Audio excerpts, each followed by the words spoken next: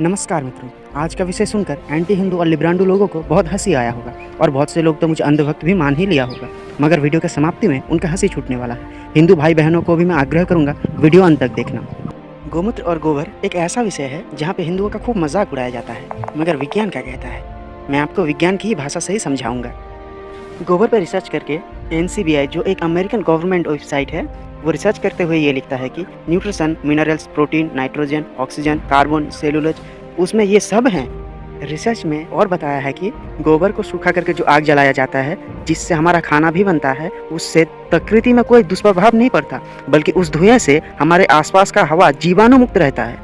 गोबर को जमा कर मीथेन उत्पन्न होता है जिसे हम गोबर गैस भी कहते हैं। उससे भी हम शक्ति उत्पादन कर सकते हैं। गोबर गैस को बनाने के बाद जो बच जाता है उसे हम जैविक खाद के रूप में खेतों में इस्तेमाल कर सकते हैं। गोबर और जैविक खाद के ऊपर international journal of scientific research ने पूरा जांच के साथ रिसर्च किया है। वो रिसर्च पेपर आपका रिसर्च गेट की वेबसाइट पर मिल जाएगा। मच्छर निरोध और दांतों का रोग इससे ठीक भी हो सकता है। आगे बताया कि गोबर एंटी फंगल और एंटीबैक्टीरियल है। ये सोरियासिस और एक्जिमा की चिकित्सा में भी कार्यकरी है और मलेरियल पैरासाइट और माइकोबैक्टीरियम के विरुद्ध भी कार्यकरी है। इसके आग से जो धुआं उत्पन्न होता है उससे हमारी दृष्टि शक्ति का वृद्धि होता है। अभी ये भाड़े के नास्तिक क्या बोलेंगे, खुद तो 10वीं तक भी पास नहीं किया और हमें सिखाने चले हैं कि गोमूत्र और गोबर से कुछ नहीं होता। अब गोमूत्र के ऊपर चर्चा कर लेते हैं। एंटी हिंदू गोमूत्र के ऊपर ज्यादा बहुत बोलते हैं, तो आइए इनका मुंह बंद करते हैं। पहले आप journal of drug delivery and therapeutics की ये रिपोर्ट देखिए। रिसर्च में ये प्रमाण हुआ है कि गोमूत्र blood pressure, blockage in arteries, arthritis, diabetes, relieving कफाजा एंड वटाजा disorders, worms, excessive adiposity, poisoning, skin disease, eczema, inflammation, ये सब ठीक होता है। उसके साथ pallor, heart disease, cancer, thyroid, asthma, AIDS, piles, migraine, stomach ulcer, ये सब रोग चिकित्सा हो सकता है गोमूत्र से। यूएस में इसका पेटेंट नंबर है 6896907 एंड 6410059। इसके कंक्लूजन पार्ट देखते हैं। In US cow distillates use for dreadful disease as immunomodulator and for antibiotic resistance infectious disease. तो देखिए, भारत ही एक ऐसा देश है जो गोमूत्र पर हंसता है। नहीं तो यूएस जैसे देश में तो चिकित्सा में गोमूत्र का इस्तेमाल भी चालू कर दिया है। NCBI की वेब पेज में गोमूत्र के ऊपर एक शोध हुआ था, इसका लिंक आपको डिस्क्रिप्शन में मिल जाएगा। क्योंकि गोमूत्र के इतना भर भर कर तारीफ किया और फायदा बताया उन्होंने कि अगर मैं पूरा बोलूँ तो वीडियो लंबा हो जाएगा। इसका कंक्लूजन पार्ट में नजर डाल लेते हैं।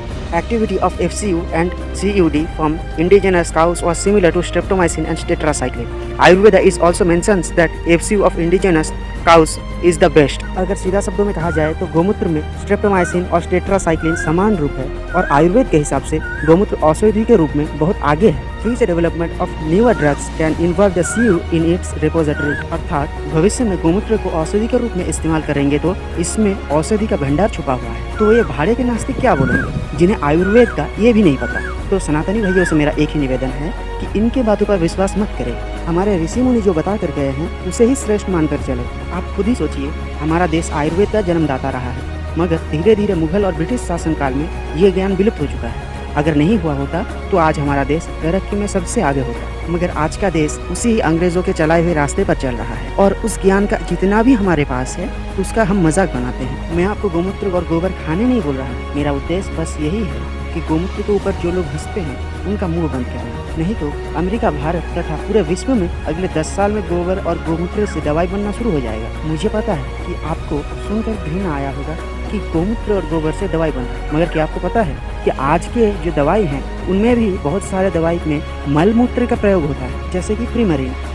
प्रीमरीन एक ऐसा ड्रग है जो एस्ट्रोजन और मोनोपोज थेरेपी के लिए यूज होता है, मगर आपको जानकर हैरानी होगा कि ये गर्भवती घोड़ी के मूत्र से बनाया जाता है। हेपारिन इंजेक्शन, इसका इस्तेमाल ब्लड क्लोट्स के लिए होता है और इसे सुअर के लीवर, फेफड़े, आंत और विभिन्न अंगों से बनाया जाता है। गेलाटिन कैप्सूल, गेलाटिन कैप्सूल जॉइंट के पेन के दवाई के तौर पर इस्तेमाल होता है। इससे जानवरों का मांस, अस्थि ये सब से उत्पन्न होता है। फीकल माइक्रोफोबिया ट्रांसप्लांट, ये एक ऐसा ट्रांसप्लांट है, इस थेरेपी में मानव मल का प्रयोग होता है और इसे मुंह से सेवन करवाया जाता है। ये सब छोड़िए, अगर मैं आपसे कहूँ आप मुर्गी का स्पर्म खाते हो तो हाँ दोस्तों, आजकल अंडे का प्रचलन है और अंडा मुर्गी के स्पर्म से ही बनता है। तो अब बताइए, अगर ये सब चल रहा है तो गोमूत्र और गोबर से औषधि बनाने में दिक्कत क्यों?